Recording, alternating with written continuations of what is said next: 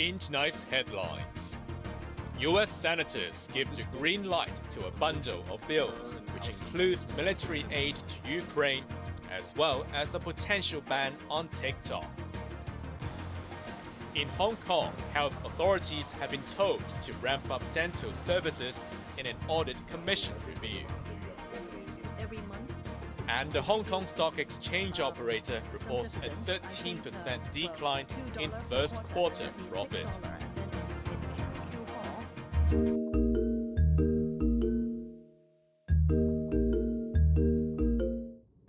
After months of delay and filibuster in Capitol Hill, the U.S. Senate finally approved a bundle of 4 bills which included $95 billion of aid packages to Ukraine, Israel and Taiwan. On this vote, the yeas are 79, the nays are 18. The package is passed with wide bipartisan support, which will be signed into law by President Joe Biden as early as today. America sends a message to the entire world. We will not turn our back on you. We tell our allies, we stand with you. We tell our adversaries, don't mess with us. Rest assured, America will never shrink from its responsibilities as a leader on the world stage. Tonight we make Vladimir Putin regret the day he questioned America's resolve. Under the package, Ukraine will receive $61 billion of aid and weapons. Another $26 billion has been earmarked to bolster Israel's defense systems and humanitarian relief in Gaza. The remaining $8 billion will help Taiwan and other Indo-Pacific allies counter China. In a statement after the vote, Biden reiterated that the United States stands resolutely for democracy and freedom and against tyranny and oppression. Also bundled into the foreign aid package was a controversial bill targeting TikTok. The move was made by House Republicans who wanted to fast-track the legislation. As soon as it is signed into law, TikTok's Chinese parent ByteDance must sell the lucrative social media app within 9 months or face a national ban. The president can offer a 90-day extension under the statute, meaning the deadline could be April next year. TikTok has long rejected claims that it has shared the data of its 170 million American users to the Chinese government. It has already signaled plans to challenge the order in court, with analysts expecting the firm to argue its case based on the First Amendment, which protects freedom of speech. The dispute will also likely inflame Sino-US tensions, with Beijing vowing to block the sale earlier. Anna Chan, Cable News.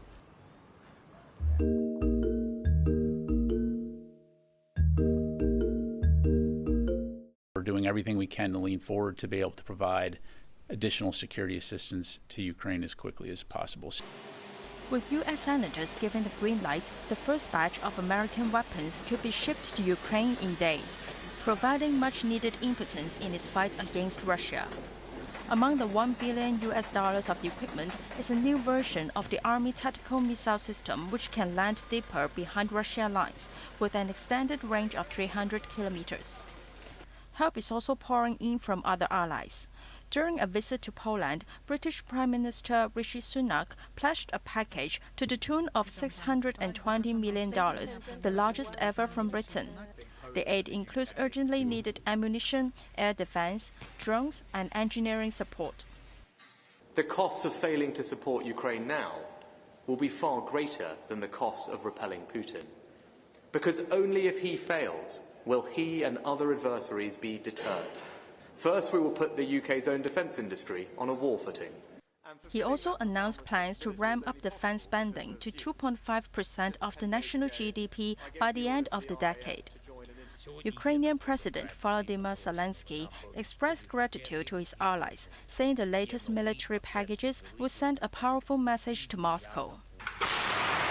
While Ukraine is already armed with a variety of missile systems, its troops are still outpowered by their Russian adversaries.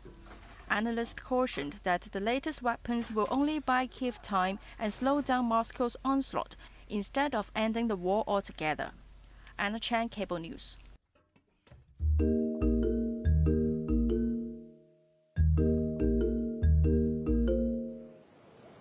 U.S. Secretary of State Antony Blinken landed in Shanghai this afternoon embarking on a 3-day visit of China amid strained ties between the world's two largest economies.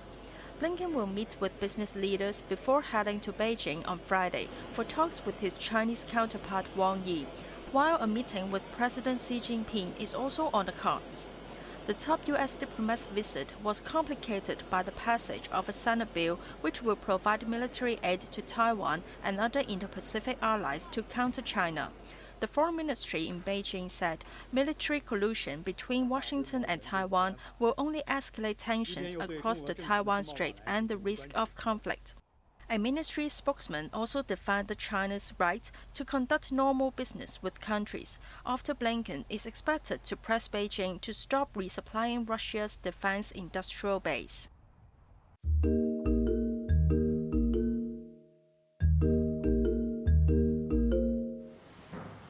If you ever experienced a toothache, then you would understand the importance of accessible dental care. But for Hong Kongers who are priced out of private dental clinics, they face a long and often frustrating wait for public services. This is especially the case for emergency dental consultations, where the sessions are limited to specific days and time. The Audit Commission found that slots were even slashed by half after COVID. A review by the watchdog noted the annual quotas fell from about 40,000 in 2019 to 20,000 or so last year. The usage rate exceeded 99% in each of the past 5 years. Auditors noted some desperate patients lining up from 5 p.m. on the previous day just to secure a slot, which is allocated on a first-come, first-served basis. More slots were gone by midnight when preliminary registrations opened. The Department of Health explained that the quotas were slashed due to the epidemic and manpower shortage. It pledged to ramp up capacity to pre-COVID levels, while there are plans to subsidize underprivileged patients so they can seek help from private dentists.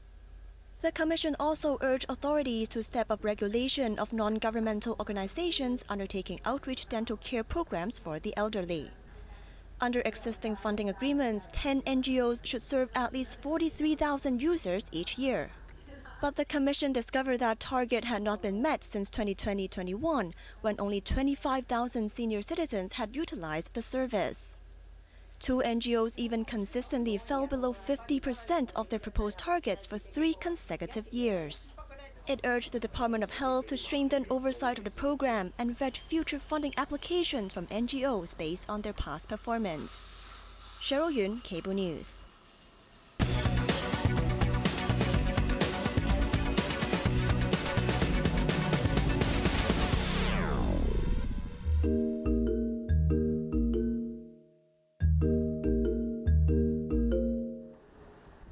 Hong Kong Exchanges and Clearing reported a 13% decline in profit as revenue tumbled amid decreased market activity.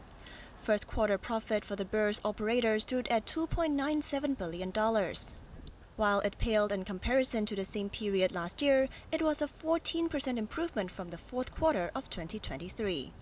Revenue totaled $5.2 billion, down 6% from a year ago when the economy rebounded after COVID restrictions were scrapped. On a quarterly basis, revenue was up 7%. The drop in revenue could be attributed to lower fee income as turnover dropped by 22% year-on-year to just under $100 billion per daily session. A sharp decline in new share listings also led to a 25% dip in listing fees. The situation was compounded by an 8% rise in operating expenses driven by higher staff costs. But there were also positive signs. Derivatives trading increased 14% in the first quarter, reaching 855,000 contracts a day. Northbound trades under the Stock Connect scheme increased 37% with a daily turnover of 133 billion yuan. But southbound transactions fell 17% with a daily average of only $31 billion. Northbound bond transactions, meanwhile, achieved a quarterly record with an average daily turnover of 45.2 billion yuan, a 22% rise. Investors reacted positively to the news, with shares of the company climbing 3.6% by end of day. Chief Executive Bonnie Chan, who took over from Nicholas Agudson last month, expressed optimism going forward despite a challenging global environment. She said the operator's future remains bright, citing its ability to pivot on China's long-term growth as well as emerging opportunities in Southeast Asia and the Middle East. Cheryl Yun, Cable News.